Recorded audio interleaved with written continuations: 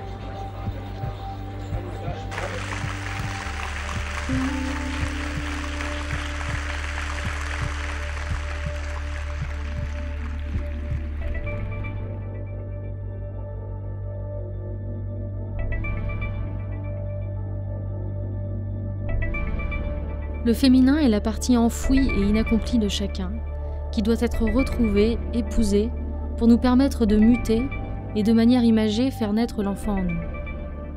Frédéric Lenoir témoigne de ce plongeon dans le féminin inconscient pour atteindre l'amour, et inversement de la grande arme qu'est l'amour pour nous retourner vers notre féminin. Dans cette relation d'empathie avec la nature, de sympathie, d'échange, de don, la gratuité est très importante. Et on est dans une relation entre l'être humain et toute cette nature qui l'environne, qui est harmonieuse et qui se veut la plus harmonieuse possible. Et je pense que cette humanité première féminine, on en a profondément la nostalgie aujourd'hui, parce qu'on voit ce qu'a donné finalement une civilisation humaine construite sur des valeurs typiquement masculines. Dans la relation, l'union du masculin-féminin est mise à l'épreuve, car les éléments qui communiquent sont au nombre de 4. Le féminin et le masculin de l'homme, et le féminin et le masculin de la femme.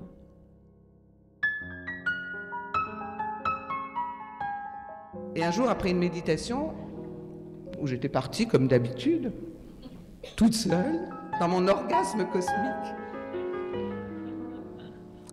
je redescends, puis il n'était pas loin, et il s'arrête tout d'un coup, il plante ses yeux dans les miens, il me dit « Dites-moi, est-ce que vous connaissez la couleur des yeux des gens que vous aimez ?»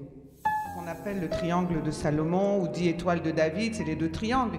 Donc c'est parfaitement bien comme énergie derrière nous, puisque c'est l'union du masculin et du féminin, les 2 triangles.